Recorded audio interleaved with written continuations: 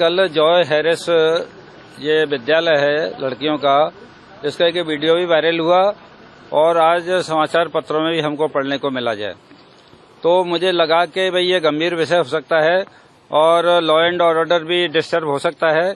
इस वजह से मैंने तुरंत सवेरे एसएसपी आगरा से बात की और उनको सारा विषय मैंने संज्ञान में लाया। तो उन्होंने कहा कि आज आप ये देख लीजिए और हम अब हिसाब से पता करके अगर इसमें कुछ होगा तो हम जो कार्रवाई करेंगे। तो आज मैं स्वयं यहाँ पर आया और एसीएम फोर्स यहाँ पर आई और डीआईओएस और एडीआईओएस, हम ये 4 लोग यहाँ पर आए। हमने प्रिंसिपल के बयान लिए। उन्होंने ये कहा है कि ये जो इसका जो मैनेजमेंट है वो रेलवे का है।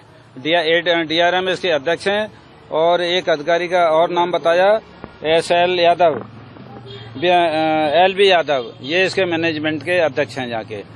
तो इनका ये कहना था कि बच्चियों के द्वारा मेरे खिलाफ जो नारेबाजी कराई जाती है, ममता दीक्षित कुर्सी छोड़ो, ममता दीक्षित मुर्दाबाद, तो इस तरह की जो बच्चियां जो नारेबाजी करती हैं तो ये बच्चियों के दिमाग की उपज नहीं हो सकती, पीछे इसके जरूर कोई साजिश है। नंबर 1। दूसरी बात, इस स्कूल के अंदर 1000 मतलब बच्चियां हैं जय, छात्रा हैं जय, और उसमें 75% अल्पसंख्यक समाज की हैं जय। 75% है ये जो मेरे को बताया गया है। और आज भी कोई बच्ची यहाँ पर कोई हिजाब पहन के आई है नहीं आई है, तो मैंने इसके लिए उनको एसीएम फोर्थ को और एडीआईएस को जो क्लास में भेजा था। तो आज हो सकता है कि अखबार में जो छपा है कोई इस तरह का इश्यू न बने, तो इस वजह से आज कोई छात्रा उनको हिजाब नहीं मिली है। लेकिन मैंने उनसे ये कहा है कि इसी अटेंडेंस में आप लोग इसकी जांच करें, दौरा करें, विजिट करें। अगर इस तरह का कोई मिलता है कोई मामला, तो देखिए कर्नाटक हाई कोर्ट ने जो डिसीजन दिया है वो आज भी परसिस्ट करता है। सुप्रीम कोर्ट में मामला चल रहा है और हमारा भी ये कहना है और उत्तर प्रदेश के मुख्यमंत्री योगी आदित्यनाथ की उनका भी ये कहना है कि वो घर में क्या पहने इससे हमें कोई मतलब नहीं है। ये उनकी स्वतंत्रता है, हम किसी स्वतंत्रता को नहीं छीनना चाहते। लेकिन स्कूल के अंदर जो स्कूल की यूनिफॉर्म में जो ड्रेस कोड बना हुआ है उसी के आधार पर सब बच्चे पढ़ेंगे और स्कूल के अंदर कोई बच्चा हिजाब पहन करके नहीं आएगा। जो शिकायत हुई थी दोनों के स्टेटमेंट ले लिए हैं। प्रधानाचार्य जी ने अपना स्टेटमेंट दिया, स्टाफ से भी हमने पूछताछ की है। एडीआईएस मेरे साथ थे, एसीएम फोर्थ को डीएम साहब ने नामित किया था।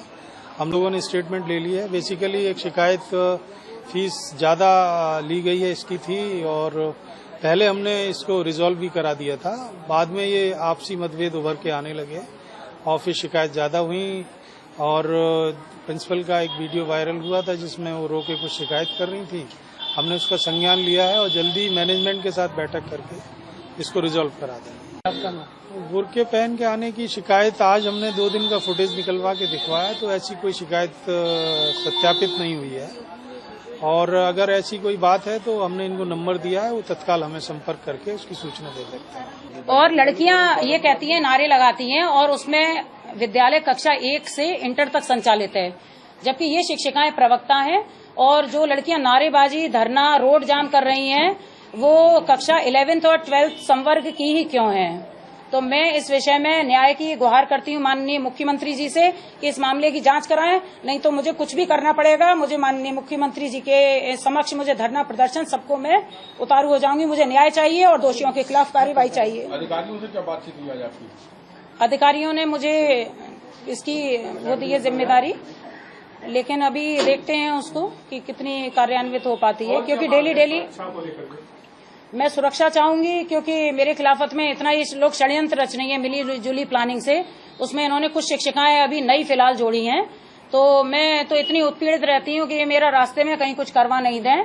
मुझे खतरा बता रहा है आपको? मेनली तो ये 3-4 हैं, लेकिन उसमें इन्होंने 5-6 और नई भी जोड़ रखी हैं और वो अभी जुड़ी हैं। इस घटनाक्रम के वीडियो वायरल होने के बाद उन्होंने कल यहाँ पे, मैं कल छुट्टी पे थी आकस्मिक अवकाश पर, तो उन्होंने कल यहाँ पर रो के नाटक किया है ताकि छात्राएं उनके इमोशनली ब्लैकमेल में आ जाएं और अन्य शिक्षिकाएं भी उनके पक्ष में आ जाएं। कल उन्होंने पूरे दिन यही कार्यक्रम यहाँ पर रचा है मेरे पीछे। एक आपने बुर्का पहन के आने की बात कही थी, लेकिन जांच में ये बात साफ नहीं पाई। अधिकारियों का कहना कि बुर्का पहन के कोई नहीं आता। आपका देखिए, मेरे सीसीटीवी में जो फुटेज हैं वो 2 ही दिन के हैं, क्योंकि इसका बैकअप उतना ही है, इतने कैमरे लगे हुए हैं।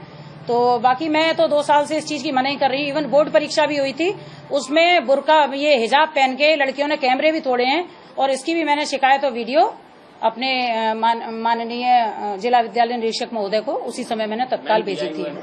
रेहाना खातून। रेहाना जी क्या करती हैं आप? मैं यहाँ पे हिस्ट्री लेक्चरर हूँ। कहाँ पे? यही Shrimati Joy Harris girls inter college में। ये बड़ा एक वीडियो वायरल हुआ है, हंगामा मच रहा है, क्या सच्चाई है इसकी? आप यहाँ पढ़ाती हैं? सर हम लोग यहाँ पे 27-28 स्टाफ है, उसमें से सिर्फ हम 2 लोग मुस्लिम हैं। तो ये मैडम ने ये वीडियो वायरल किया है कि हम लोग माहौल बिगाड़ रहे हैं, जबकि बताइए जब अगर हम लोग गलत होते तो सारी टीचर्स सत्य के साथ खड़ी हुई, हमारे साथ खड़ी हुई। इशू था फीस वसूली, और फीस वसूली जब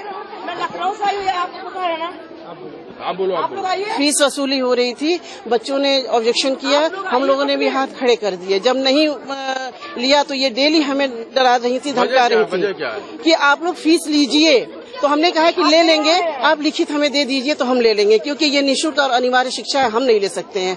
तो ये डेली हमको डराने धमकाने लगी। मेरे द्वारा किसी प्रकार का कोई फीस लेने का आदेश जारी नहीं किया गया। केवल कक्षा 9th, 10th, 11th, 12th में जो शासन द्वारा निर्धारित फीस है, केवल वही फीस ली गई और वही मेरे कार्यालय में जमा हुई।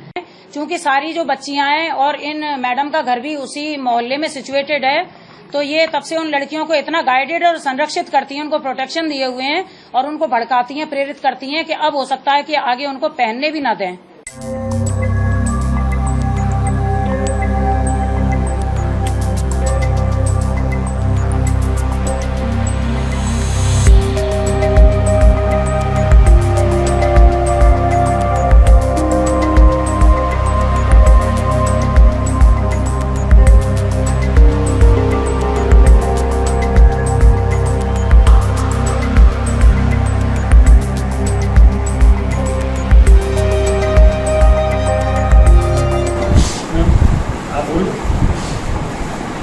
अपनी बात बोलिए।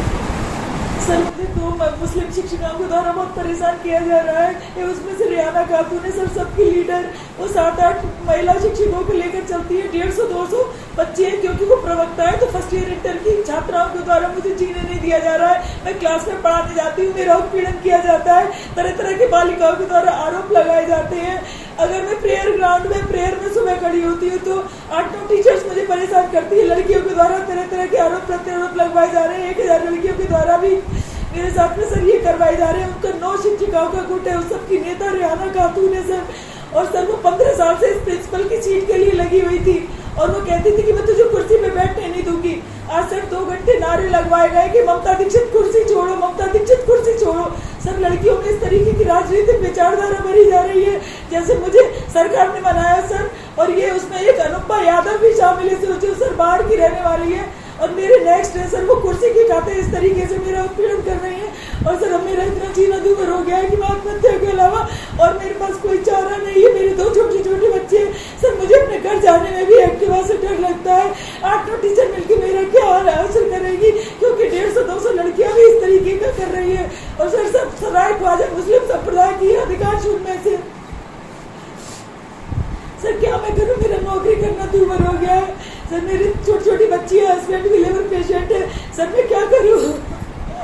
मुझे समझ ये घटनाएं कब से हो रही हैं आपके घर? ये सर 1.5-2 साल से मेरे संग लगातार हो रहा है। उससे पहले कमीशन से प्रिंसिपल थी डॉक्टर मधुबाला चौहान मैडम, तो ये उससे पहले से भी मेरे पैर उखाड़ती थी कि ये ना कुर्सी न ले, इस तरीका को उत्पीड़न करो कि ये रेजिग्नेशन कर दे। और सर इसीलिए इस प्रकार की डेली गतिविधियां लड़कियों के द्वारा करवाई जा रही हैं सर। मेरे पास उसके प्रमाण भी मौजूद है। लड़कियों के द्वारा पहले साइन करा लेती हैं, खाली पेपर दे देती है कक्षा में, और उस पर साइन कराती हैं अपनी क्लास में जाती हैं जब। और सर उसके बाद में है ना ये शिकायतें लिख लेती हैं मनगढ़ंत, और फिर वो डीएम साहब के यहाँ माननीय मुख्यमंत्री जी की पोर्टल वेबसाइट पे इस प्रकार से भेजती रहती हैं। और संयुक्त शिक्षा निदेशक, शिक्षा भवन कार्यालय, आज भी सर नारे लगवाए गए हैं। उसकी लड़कियों के द्वारा मतलब वीडियो रिकॉर्डिंग बनाई गई है, और सर उस पर मुझे मानसिक उत्पीड़न के लिए उसको सोशल मीडिया और उस पर ये लोग वायरल करेंगी। सर किस प्रकार से मैं जीवन जीऊँ?